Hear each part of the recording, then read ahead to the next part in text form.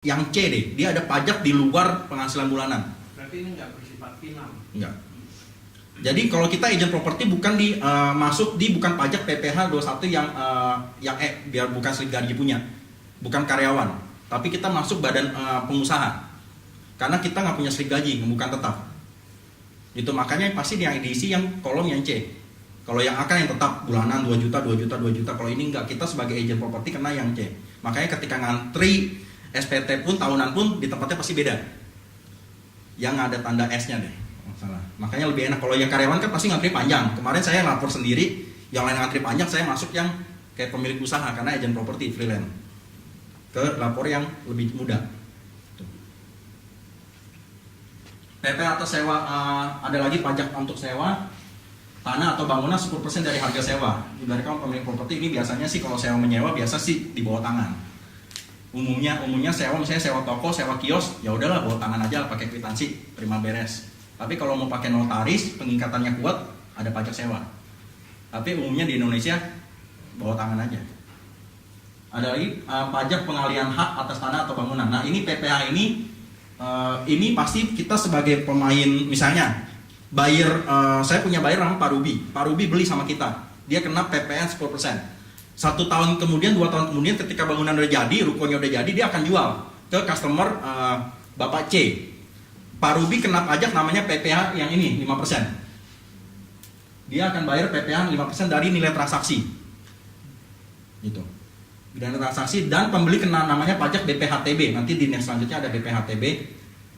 Ini bisa difoto dulu, saya tungguin, oke. Jadi 5%.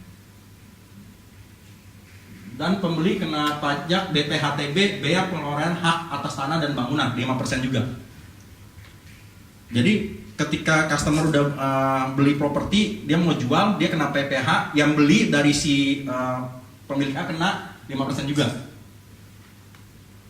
Nilainya 5% dikali nilai transaksi dikurang nilai tidak kena pajak.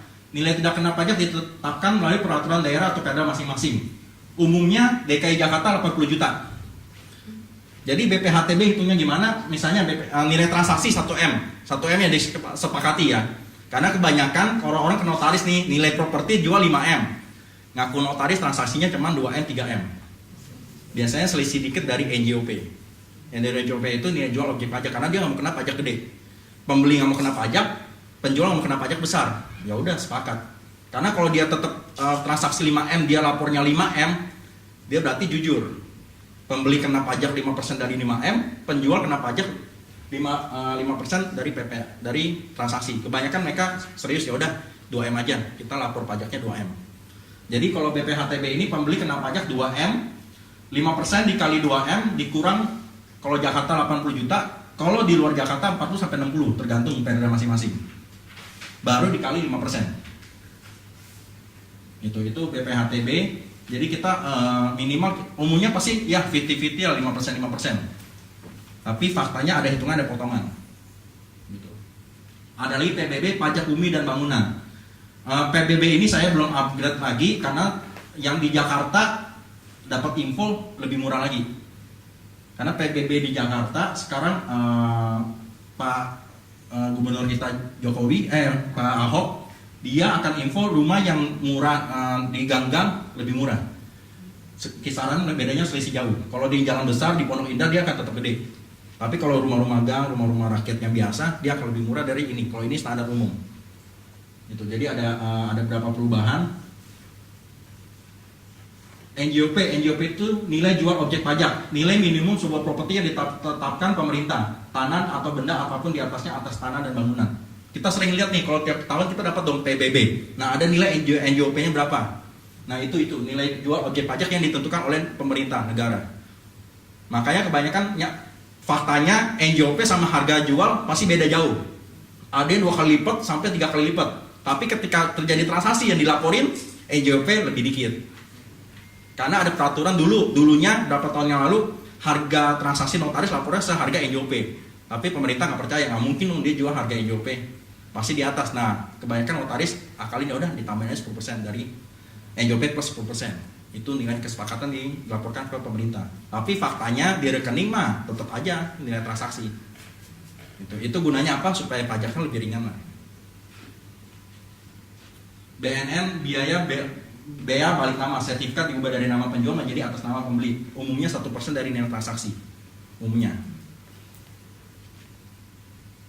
Ada lagi bea notaris atau PPAT sekitar 1-2% dari transaksi. Tapi ini sistem nego ya. Kalau notaris ini sistem nego. Ada notaris yang mintanya besar, ada notaris yang oh yaudahlah dia lagi sepi, ya udah berapa 10 juta pun mau lah. Ini nego sistem, tapi umumnya 1-2% dari nilai transaksi. Nah, bisa dibayangkan kalau nilai transaksinya 5M, kita lapornya 5M. Kena pajaknya mahal. Mending kita lapor sepakat sama pembeli, Pak, lapornya kita setuju 2M ya. Lapornya lebih ringan, tapi transfernya tetap 5M. Untungnya di Indonesia belum ada kerjasama antara orang pajak dengan orang bank. Kalau ada, nggak bisa kabur. Gimana kita mau bayar 5M, mesti pakai uang cash dong. Susah kan? Kalau ada hubungan, mereka ada kerjasama, ya udah nggak bisa kabur dari pajak, nggak bisa bohongin pajak. Orang transaksi 5M, udah lapor pajak harus 5M. Karena bayar duit 5M memang nggak mungkin pakai kantong kresek. Orang pasti curigai KPK. Pasti akan ikuti, wih kenapa nih kantong kresek nih, duit banyak. Gitu. Untungnya juga KPK belum kerjasama sama bank, sama pajak juga. Kalau udah, lebih susah lagi. Legalitas kepemilikan properti, ini sejarahnya. Sejarah kepemilikan properti zaman pra kemerdekaan. Dibuat zaman Belanda. Jadi sebelum zaman kemerdekaan, zaman Belanda ada namanya Eigendom, Verbonding, Erfpacht, Postal Gebruik. Nah itu bahasa-bahasa Belanda. Ini sejarah-sejarahnya ya, kita nggak perlu hafal sih, cuman tahu aja lah. Kita perlu tahu sejarah. Pada tahun 1945 HP 60 belum ada hukum atas tanah sendiri, masih menjadi hak zaman Belanda dan hak milik secara adat. Makanya zaman dulu itu banyak tuan tanah. Jadi zaman dulu itu baru merdeka, orang punya tanah nih, tuan tanah. Ini tanah saya. Ini tanah saya. Makanya banyak kan orang tuan tanah tapi nggak punya sertifikat. Kalau daerah-daerah seperti itu, karena zaman nenek moyang dia penguasa. Satu kampung ada berani. Umumnya dibatasi oleh hutan, sungai, yang alam-alam gunung. Jadi mereka punya tanah dari ujung tuh, sungai itu sampai gunung itu, ini punya saya, ratusan hektar. Umumnya seperti itu, karena dia nggak beli, tapi dia punya tanah. Pada tahun 1960 ada undang-undang pokok agraria untuk yang merasa punya tanah dibikin sertifikatnya. Nyatanya sampai sekarang orang punya tanah tapi belum ada sertifikat karena nggak ada biaya. Saya sering ketemu punya pemilik tanah belum ada sertifikat, masih verbonding lah, masih girik lah. Ya itu artinya pada zaman 190 atau sampai sekarang mereka belum urus sertifikat karena biaya mahal. Dia punya tanah nih 600 hektar, mau bikin sertifikat harganya bisa kita bayangin berapa mahal. Makanya kebanyakan didiemin. 160 sampai 185 belum ada terobosan, berarti masih banyak status zaman Belanda dan hak adat sampai hari ini. Dan 185 mengatur secara khusus. 185 baru ada apartemen namanya legalitas namanya strata title. Gitu, sertifikat hak milik atas rumah susun. Umumnya strata title itu sebenarnya dalam kalau kita nih baca nih, strata title itu sertifikat sebenarnya nggak ada istilah strata title. Di tulisannya ada strata title. Tapi umumnya sertifikat hak milik atas satuan rumah susun. Tapi umumnya developer nggak mau dibilang rumah susun. Mau gak apartemen Lipo Holland Village dibilang rumah susun Holland Village? Nggak mau. Image-nya pasti jatuh. Kita image rumah susun pasti ya perumahan yang bertingkat yang kurang bagus. Itu makanya ada istilah strata title. Ini Eigendom, Verbonding. Saya buka semua supaya lebih ini. Lettersnya, petok, ini istilah-istilah adat. Nah, SAM, HGB nanti ada penjelasan di slide selanjutnya. Nah, ini beberapa istilah properti.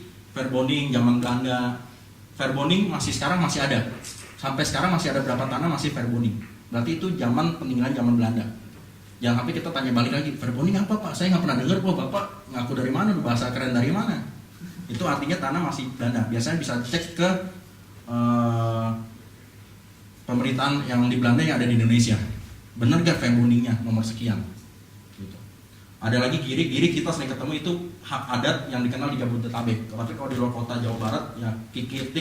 Kalau Kalimantan beda lagi ya, karena ini bahasa-bahasa adat. Kalau yang kita umum deh, yang kita perlu tahu itu SAM, HGB, hak pakai itu banyakkan tanah-tanah di Bali untuk warga asing. Jadi warga asing nggak boleh punya pemilik tanah di Indonesia. Mereka kalau mau beli tanah di Indonesia jadi hak pakai. Nanti statusnya jadi turun. Misalnya kita punya awalnya SAM yang beli asing beli ke kita, nanti statusnya jadi turun hak pakai. Ada lagi hak guna usaha, HGU, HPL, hak pengelolaan lahan. Biasanya pemerintah RI, kayak di tanah Kemayoran itu kebanyakan HPL, punya Seknek. Di apartemen di Green Pramuka itu HPL, punya Angkasa Pura. Jadi kita mesti tahu nih developer ini bangun apartemen di tanah milik dia sendiri atau tanah HPL. Karena itu mesti ngerti, karena customer kebanyakan nih dari orang Indonesia kalau dengar oh tanahnya punya HPL, mereka jarang mau. Karena HPL itu punya waktu tertentu untuk mereka mesti balik nama ataupun pemerintah mau pakai gusur.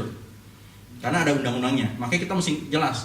Jangan sampai kita jual tanah yang jual bilang oh ini tanah HPL, kita bilang HGB. Untungnya proyek-proyek yang kita pegang kalau developer besar umumnya HGB.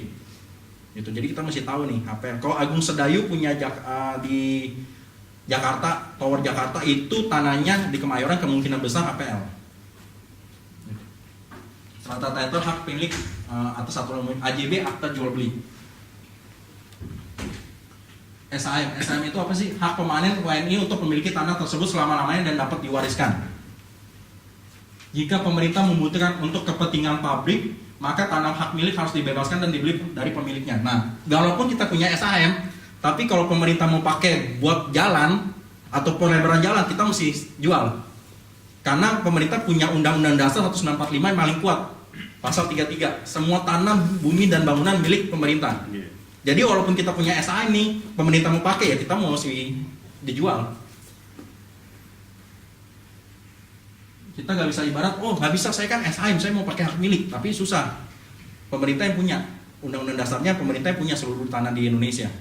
Tapi kita sebagai warga negara punya SAM supaya ada pihak lain di luar pemerintah yang nggak bisa klaim. Misalnya kita punya SAM di tanah A, si pihak B nggak bisa klaim, oh ini tanah saya nggak bisa, kita bisa tunjukin. Kalau digugat pun juga kita bisa gugat balik. Jadi SAM ini kuat, bersifat selamanya. Tapi ada catatan kecil kalau pemerintah mau pakai buat jalan, misalnya pemotongan jalan yang harus dikasih. Kalau versi hak milik. Bisa balik sebentar nggak Pak? Sebentar yang tadi sebelumnya. Yang mana? Terus. Nah Ini. itu HGB dan sebagainya ada tahunnya berapa? Standar tahunnya berapa? Ada di nanti pengertian HGB, Pak. Nanti saya kupas lagi di HGB gitu. Oh. Ada nanti di next selanjutnya. Oke. Ini SAM dulu, Pak. Konversi hak milik. SAM, misalnya nih tanah Bapak A punya tanah 1000 meter SAM yang dibeli oleh PT. Kalau PT nggak boleh punya SAM, pasti jadi HGB. Makanya kalau kita jual properti nih, umumnya jual properti rumah, kita di customer tanya, Pak saya dapat sertifikat SAM atau HGB? Umumnya pasti HGB. Karena dia udah beli atas nama PT, misalnya Citra Maja, karena lagi tren kan Citra Maja. Citra Maja itu kan yang punya salah satu developer Ciputra. Pasti tanah itu HGB atas nama Ciputra. PT Ciputra, pasti HGB. Jadi ketika pemecahan dari 1 hektar dipecah per rumah, jadi kecil, statusnya tetap apa? HGB. Jadi si pembeli dapat HGB, tapi bisa ditingkatkan jadi SAM, karena dia udah beli atas pemilik sendiri. Gitu. Jadi kita mesti jelaskan ke customer. Pak, Bapak umumnya nih pasti dapatnya HGB. Tapi bisa ditingkatkan jadi SAM. Kita mesti jelasin kenapa dapat HGB sejarahnya ya. Karena PT itu gak bisa beli SAM. PT nggak boleh punya SAM. Pasti HGB. Makanya kebanyakan agent itu nggak tahu, Pak saya beli properti di sana dapatnya langsung SAM atau enggak. Umumnya HGB. Tapi ada beberapa developer kasih ya udah saya bantu untuk promoin dapat SAM langsung ada. Ya Pak. Dari HGB ke SHM biaya tambahan lagi Pak? Biaya tambah. Biasanya sih nggak begitu besar. Bisa ditanya ke notaris masing-masing daerah. Karena daerah Jakarta sama Tangerang, Jakarta Selatan Pusat beda-beda. Kalau untuk tahun bulan-bulan ini kita mau jadi pemilik SAM Jakarta Barat agak susah karena mereka lagi ini. Saya pun teman mau ngurus lagi susah. Tergantung ke notaris masing-masing, tergantung ke pemerintah masing-masing Pak harganya. Jadi saya nggak bisa bilang oh pasti 5 juta nanti Bapak datang ternyata salah 10 juta saya diomelin lagi.